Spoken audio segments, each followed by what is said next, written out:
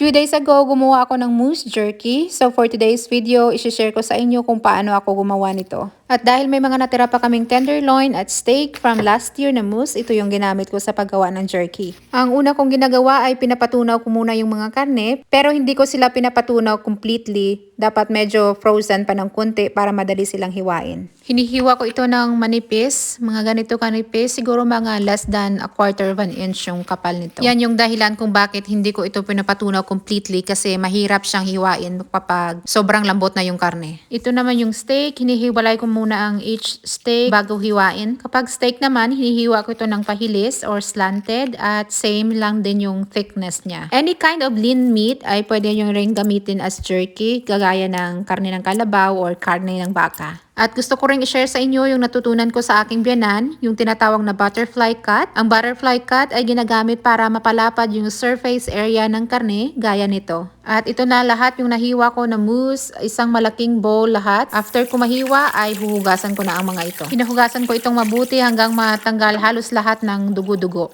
At ito na yung recipe ng brine or marinade or whatever you call it para mas malasa yung ating jerky. 4 teaspoons ng ground black pepper, 2 tablespoons smoked paprika, 2 teaspoons onion powder, half teaspoon garlic powder, 1/4 cup brown sugar, 1 cup soy sauce, 4 tablespoon Worcestershire sauce, at isang teaspoon ng red pepper flakes na nakalimutan kong ilagay dito. At ihalo-halo lang lahat ng mabuti at ibuhos sa inyong karne. Ang recipe pala na to ay good for 2 pounds ng karne or halos 1 kilo. At siguraduhin nyo lang na coated lahat ng piece ng karne para ma-absorb nito yung brine or yung marinade. At nilagay ko na rin yung mga pepper flakes na nakalimutan ko. You can adjust the amount of the pepper flakes depende sa anghang na gusto ninyo. And honestly, tinansya ko lang talaga yung amount ng brine ko. Wala kasi akong kilohan dito. At for the best result, mas magandang umaapaw talaga yung brine ninyo. Yung pantay sila ng level ng inyong karne. At i-marinate nyo ito overnight sa inyong fridge or ref. Kinaumagahan, ito na yung itsura ng karne. Na-absorb na niya lahat ng brine. Yan yung dahilan na mas maganda talaga na i-marinate ito overnight. After ma-marinate, it's time to smoke na. So sa pag-smoke, nilalatag ko lang yung mga karne pa isa-isa gamit yung cooling rack. At siniset ko yung temperature ng aming smoker sa low smoke. At ito yung mga wood pellets na ginagamit namin sa pag-smoke. At ito naman yung itsura sa loob.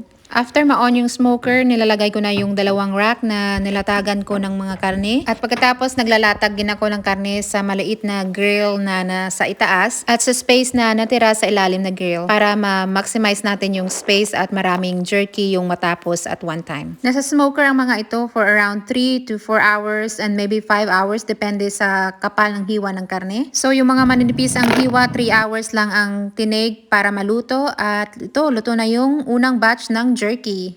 Ipapadala ko ito sa pinsan ko na nasa ibang bansa. Nag-request siya ng moose jerky. Mag-alas 4:30 na ng hapon at madilim na. Ito na siguro na ito. Oh, ito luto na.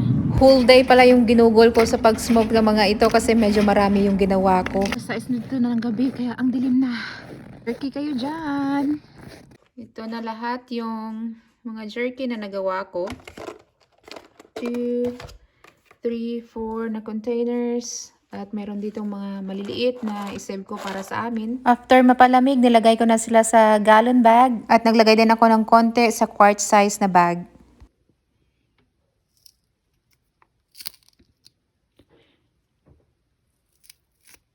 Sa summer ko lang to usually ginagawa. Pero nag-request kasi siya na gumawa ako. So kahit winter, gawa tayo ng jerky.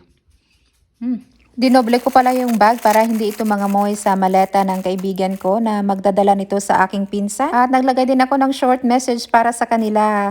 Yung maliit na bag ay para pala sa pamilya ng kaibigan ko na magdadala nito sa aking pinsan para meron silang pang snack sa airport. At yan lang yung ating video today. Salamat po sa panonood. Bye!